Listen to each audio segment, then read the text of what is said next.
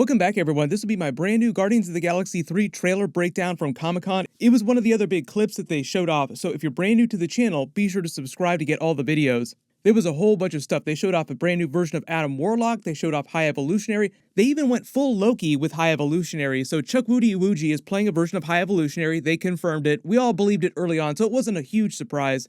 The actual surprise was during the Guardians of the Galaxy 3 panel when they went full Loki with him. He rolled in full costume and in full character, like addressing the entire crowd as if he was actual High Evolutionary. Call me Sire. Oh, okay. I'm pleased to be here. As I gaze out at this crowd, I am reminded of my sole purpose in the universe: to take unevolved, disgusting, low-life scum such as yourselves and enhance you genetically to something less reprehensible. Thank you for inspiring me with how vomitous you all are. The bile in the back of my throat as I look at you is all the motivation I need to move forward and create the perfect species. They did confirm that he's going to be the person who created Rocket because he appears in the trailer. They show you Rocket's origin story. I've done several videos about this before. They even had an Easter egg for him during Guardians of the Galaxy 2, sort of foreshadowing that they would be doing him during Guardians 3. But the trailer footage just confirmed a lot of our theories. High Evolutionary will be the main villain of the film. Like, Guardians of the Galaxy movies are all about bad space dads. You have Thanos, you have Ego the Living Planet, now you have High Evolutionary, who's basically like Rocket's bad dad. The other big reveal they made was that Maria Bakalova is going to be playing a version of Cosmo in Guardians 3. We saw a version of Cosmo in Guardians 1, but James Gunn said that one, they didn't have enough money, and they were already doing so many weird characters on the Guardians team, he didn't want to also have a talking dog in addition to a talking raccoon and a talking tree. So that's why Cosmo was only an Easter egg in the collector's collection at the end of the film. This time, it sounds like Cosmo is going to be a much bigger character. And her origin story also might be tied to Rocket's origin story, like she also might have been modified by the High Evolutionary as well. And that's why she might be able to talk. The trailer starts with the Guardians of the Galaxy after the events of Thor Love and Thunder, after a short time jump, after they left Thor because there were so many random distress calls coming from all across the universe. All those different signals weren't meant to be just from Gore the God Butcher's attacks, but they left to go pursue what they felt like was the most important disaster that needed their help, and Thor then left on his own to go see what happened to Sif. So the first scene in the trailer is happening way after that, like after they've already saved a bunch more random people and these other signals that they detected.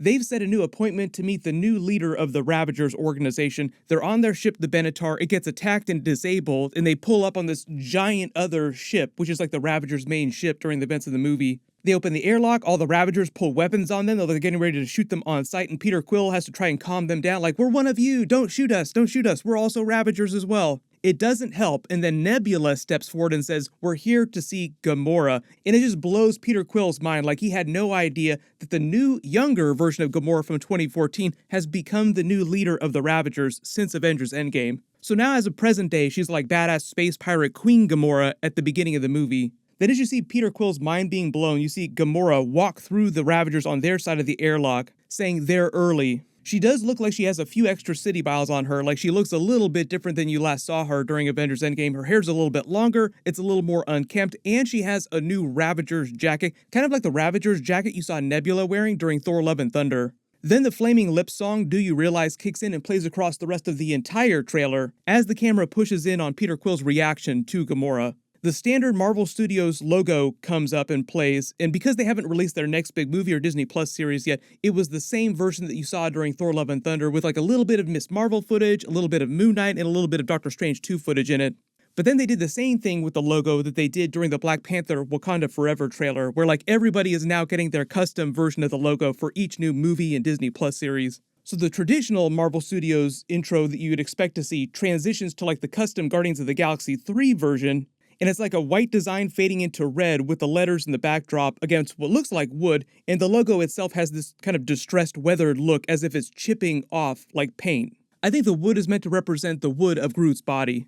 They show some new panning shots of the Guardians of the Galaxy starting with Peter Quill. He starts talking to the new Gamora, saying that she was everything to him, and they show a flashback scene to the first Guardians of the Galaxy movie, Guardians of the Galaxy Volume 2, with them dancing on Ego the Living Planet. You see the new Gamora kind of reacting to him, telling her all these things. There's a separate scene of Peter Quill wearing a helmet, telling the new Gamora that he misses her, and she responds by saying, "That other Gamora wasn't me." Then you see a completely different scene of all the Guardians of the Galaxy getting ready to jump out the airlock wearing a bunch of spacesuits, and all the spacesuits are actually the colors of the Infinity Stones, with one exception. Like, there's no purple, but there's blue, yellow, orange, green, red. They jump out the hatch towards this giant structure, and this might be a version of MCU Half-World, because so much of the movie deals with High Evolutionary and Rocket's origin story, and Rocket comes from Half-World inside the MCU. They start transitioning to the Guardians of the Galaxy 3 custom lettering style, saying directed by James Gunn, and then there's a new scene of Nebula looking up at that structure, and then they flash the new Guardians of the Galaxy 3 logo that looks like this in front of her on the surface. So they make it look as if Nebula is looking at the new Guardians 3 title, and the title itself transitions to the custom language that you saw in the first Guardians of the Galaxy movie, like this custom alien language, but it still says Guardians of the Galaxy Volume 3.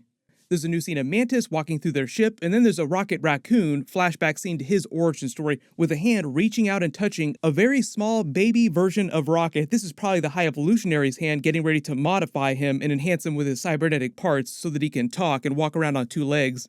Like, it's a very scared, tiny little baby version of Rocket sitting on all fours. He looks like a regular raccoon would look. He doesn't have any of his cybernetic parts yet.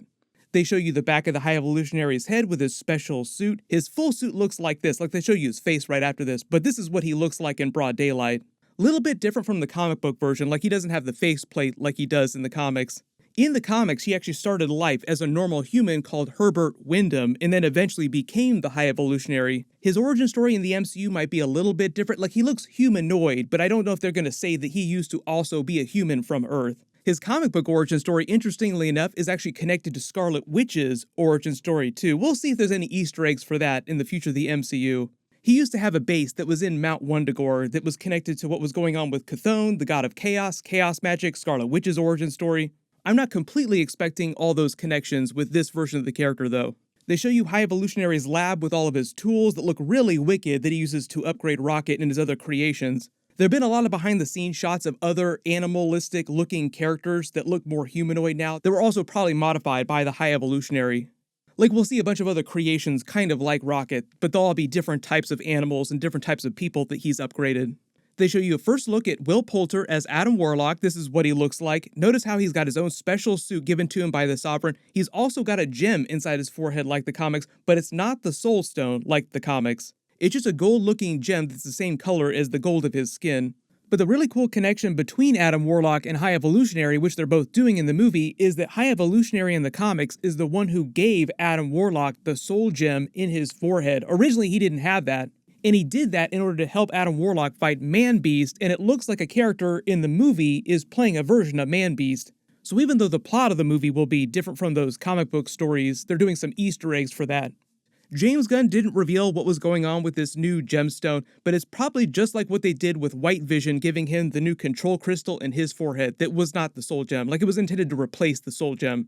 The one that they gave to White Vision was just intended to be like a focusing crystal that he used for attacks. It's probably a similar situation with Adam Warlock's gem. It's probably just another weapon that he can use or something that he can use to amass more power. Overall, he looks great. I wasn't sure what to expect, but this actually looks pretty fantastic. There's a couple quick shots of the new version of Gamora. There's another new character that doesn't look familiar, but he also looks like he's been upgraded by the High Evolutionary.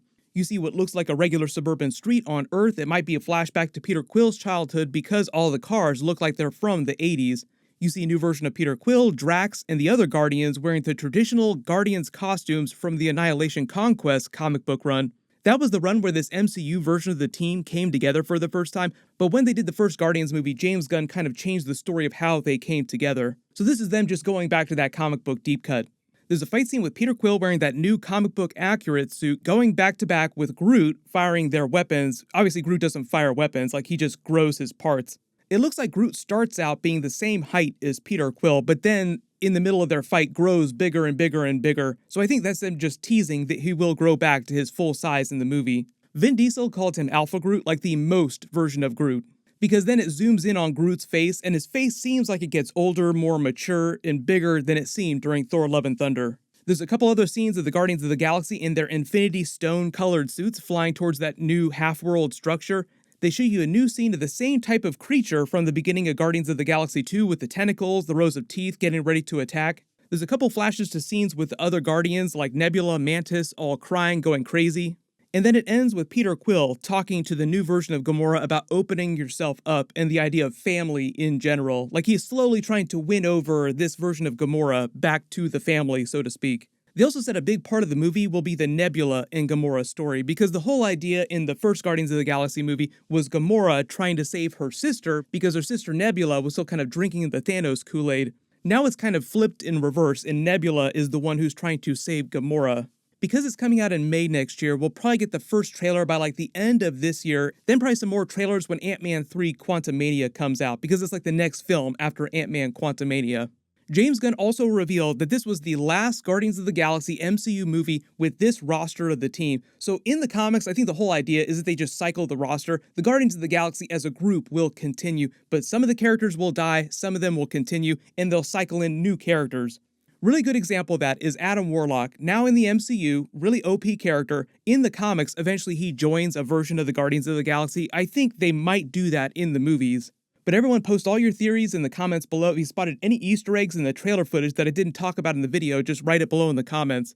I've done a couple big videos about Marvel Phase 5 movies, Marvel Phase 6, Avengers 5, Avengers 6. I'll put links for that down in the description below so you can learn all about that stuff. Everyone click here for my full Black Panther Wakanda Forever trailer video and Easter eggs, and click here for my brand new Ant-Man 3 trailer and Avengers 5 Easter eggs. Thank you so much for watching. Everyone stay safe, and I'll see you guys in the next one.